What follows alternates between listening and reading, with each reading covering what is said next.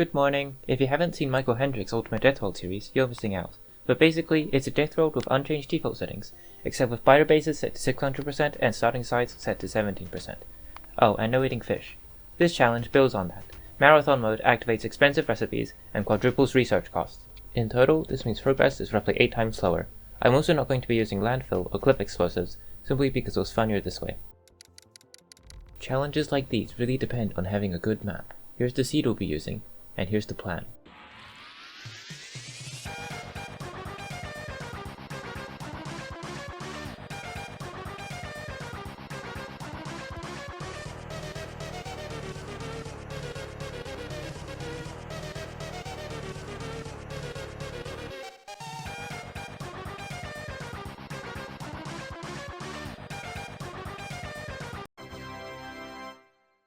But it is a bit easier said than done. I should give a disclaimer. I made heavy use of safe scamming in this run, especially during flamer and tank combat, so you can call this run non-legit if you'd like. If I were to do something like this again, it would probably be less cheaty. It wasn't even going to be a video in the first place. In any case, that's why we're watching a replay of it instead of starting a new game right now.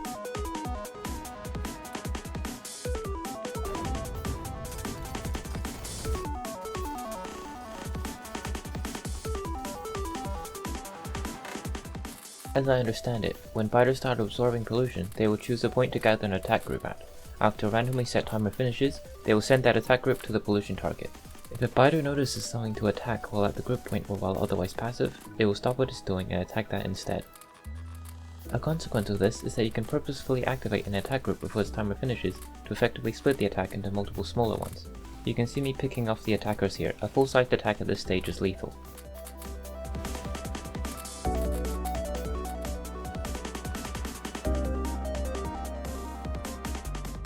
I probably could have stayed a while longer. Oh well. Outposting will be quite important for the early game. When starting to pollute an area, there's an initial period of safety before pollution reaches the nearest nests, and a longer period if you count the time it takes for attack groups to ramp up. Outposting lets us take this grace period multiple times.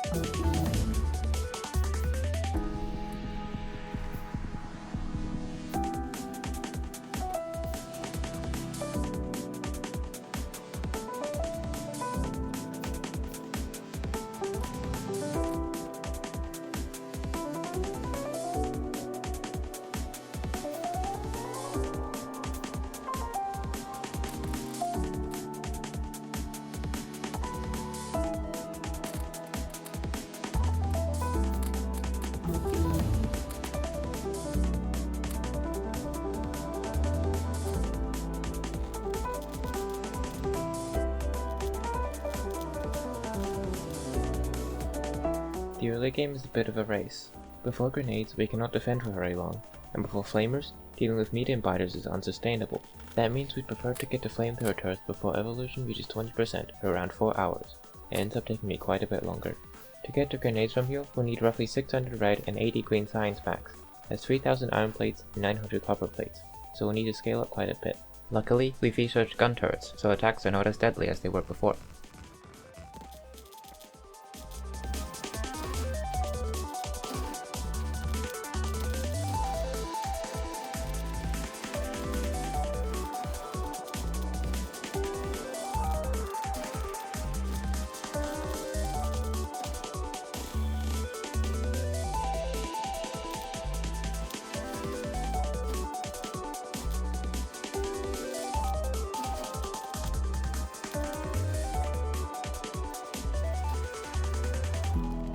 Oh look, a second screen. This is the replay time-lapse generated by this script. While the replay feature is generally good enough, it can also be nice to see another perspective. Here you can see me planning the mostly hand-fed starter base that'll last us till flamethrowers.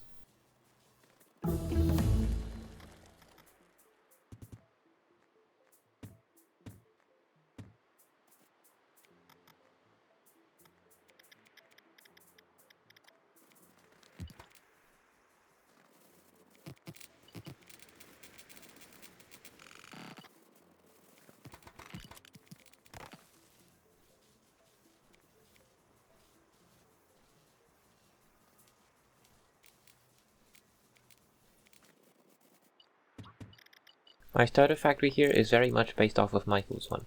We have miners directly inserting into furnaces.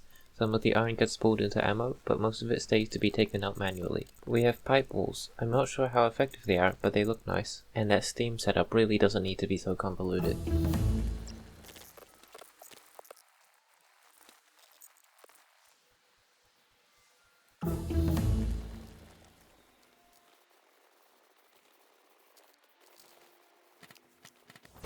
Even though Military 2 isn't finished yet, I am running out of iron, and the attacks won't be that bad at first, so it is time to move into the starter base. As I said earlier, this base is going onto flamethrowers, so get comfy. This is probably the hardest part of the run, but in my opinion it is also the most fun part. So let's get this show started.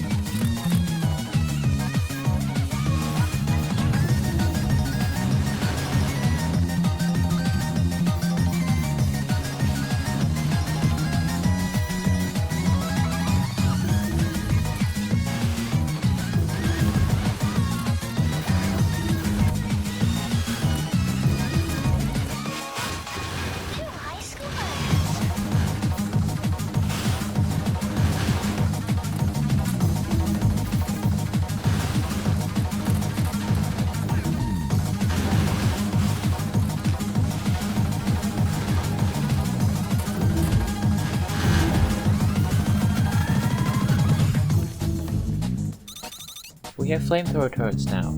That's the majority of the hard part done. But hang on, there's a problem. How do we actually get to oil? This gap here is too narrow to cross without triggering fighters, and we don't want to pay the combat cost every time. It's also not a great idea to try to take out these spawners right now. The solution then is obvious.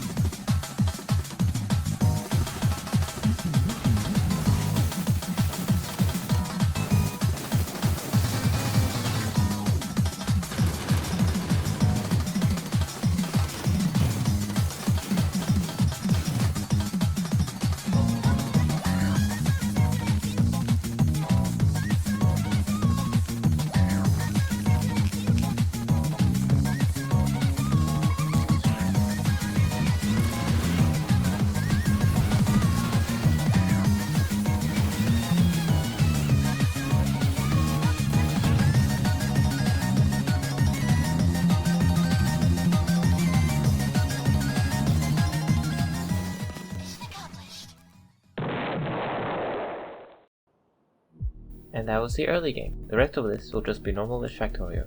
We have walls, flamers, oil, and a factory that needs building.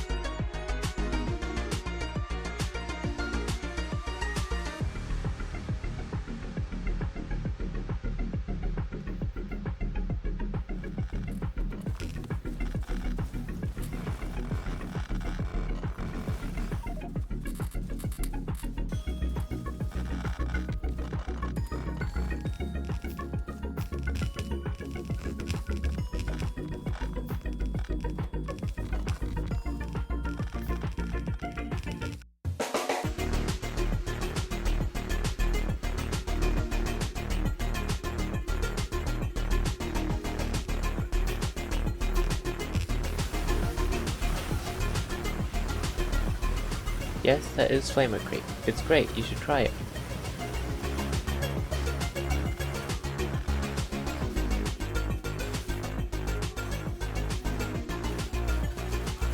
Oh, you want to know how to do it? Alright. The most important thing is that you bring enough flamers, bolts, and pipes. You'll want to slowly build extra segments in front of you. It takes a while for the fire to burn out of the claim section, so you'll need a bit of patience. Big worms can outrange flamers, so I tend to stop using flamer creep later on. You probably still can make it work though.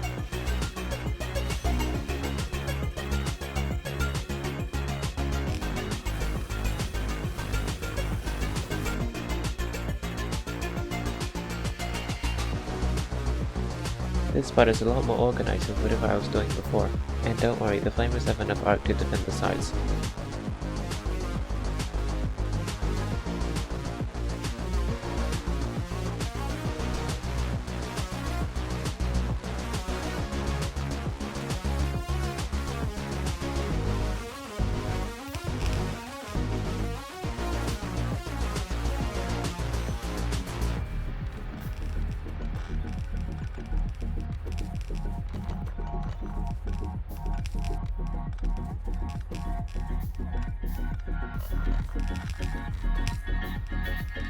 The spaghetti is intentional. If you know how much of something you'll need, you can just build it wherever it fits, and maybe even where it doesn't fit. It's fun to figure out, and I think it looks nice. You won't know if you like it or not until you try it. Blue science is done, and now copper is the patch running low. I don't want to start making yellow science without at least a red belt of it, so it's expansion time again. Though I don't claim it to be the best, the tank is the attack method around blue science that I'm most familiar with, so it's the one that we'll be using.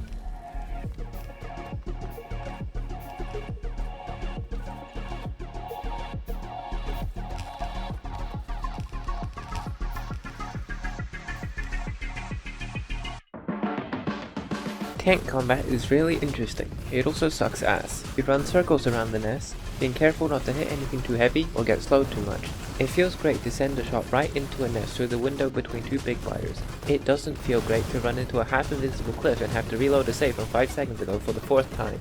Also, it's not cheap, though I end up being fine. On expensive mode, each shell takes 4 steel, and each steel takes 10 iron.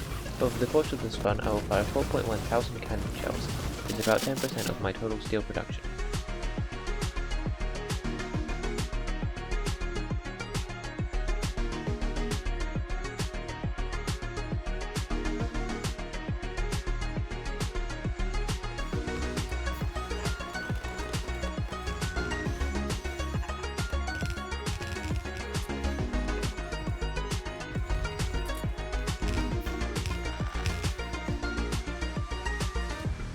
Ah crap, I ran out of music. Hang on.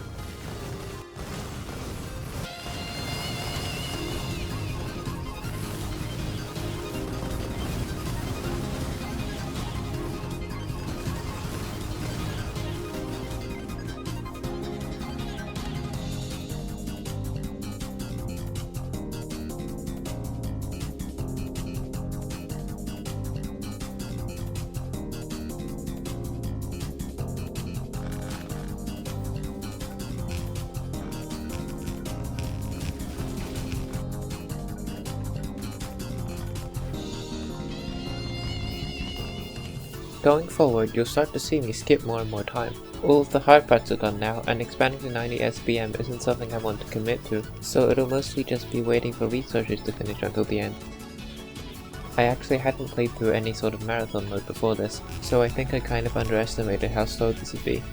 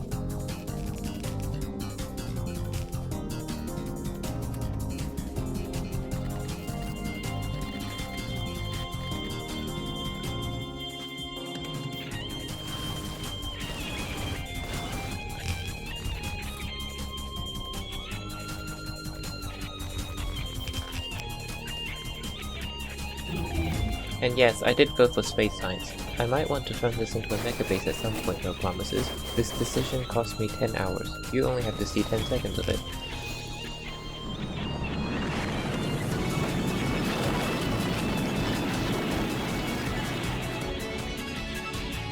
Well, that's that. Hope this was fun. Here's some stats if you're interested. See you all in Space Age, or wherever you'll see me next anyway.